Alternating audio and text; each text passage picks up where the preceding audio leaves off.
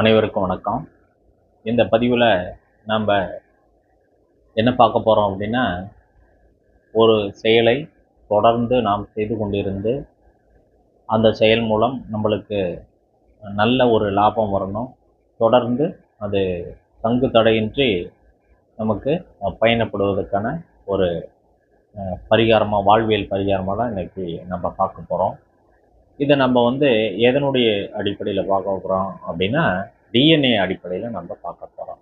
அந்த அடிப்படையில் இன்றைக்கி இந்த குரு பிறந்த நட்சத்திரம் என்ன அப்படின்னு பார்த்தீங்கன்னா, பூச நட்சத்திரத்தில் தான் குரு பிறந்திருக்கிறார். இந்த பூச நட்சத்திரத்தினுடைய பதிவு என்ன சொல்லுது அப்படின்னா, ஒரு நபரை, பல நபரை வசியம் பண்ணக்கூடிய ஒரு அமைப்பு, மற்றவர்களை கவர்ந்து இழுக்கக்கூடிய அமைப்பு பூச நட்சத்திரத்தினுடைய அமைப்பு. இதனுடைய கர்ம பதிவு ராகுனுடைய கர்ம பதிவு. அப்போ சனியினுடைய நட்சத்திரம், குரு, ராகு, இந்த அமைப்பு எல்லாமே வரும். அப்போ இவங்க என்ன பண்ணுவாங்க அப்படின்னா, ஒரு டெக்னிக்கல் பர்சனாக மற்றவங்களை எப்படி தன்னுடைய தொழில் அமைப்புக்கு தன்னுடைய வாடிக்கையாளராக வைத்து கொள்ள வேண்டும் என்ற ஒரு அமைப்பில் இந்த அமைப்பு இருக்குது.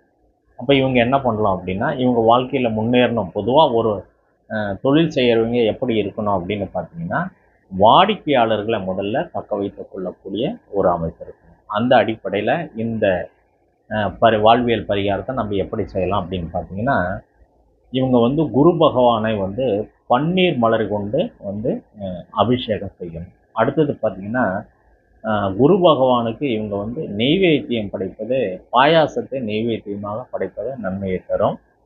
அல்லது இந்த பூச நட்சத்திரம் வரும் நாளில் இவங்க பானகம், விளாம்பழத்தில் பானகம் செய்து மற்றவங்களுக்கு தானமாக கொடுப்பதால் இவங்களுடைய பலன் மேலும் மேலும் உயர்வதற்கான வாய்ப்பு. அப்போ இவங்க தன்னுடைய தொழில் நல்ல விதமாக நடக்கணும் அப்படின்னு யாரெல்லாம் நினைக்கிறாங்களோ அவங்க என்ன பண்ணணும், இந்த பூச நட்சத்திரத்தில் அன்னைக்கு விளாம்பழத்தை பானகமாக செய்து தானமாக கொடுப்பது இவங்க வாழ்க்கையில் ஒரு நல்ல பலனை எதிர்பார்க்க முடியும் என்பது தான் இதனுடைய முக்கியமான அமைப்பு. எனவே அடுத்தடுத்த பதிவுகள் வரும். நீங்கள் இந்த ஆன்லைன் அபிராமி அஸ்ட்ரோ சேனலை சப்ஸ்கிரைப் செய்து கொள்ளுமாறு உங்களை அன்போடு கேட்டுக்கொள்கிறேன். நன்றி, வணக்கம்.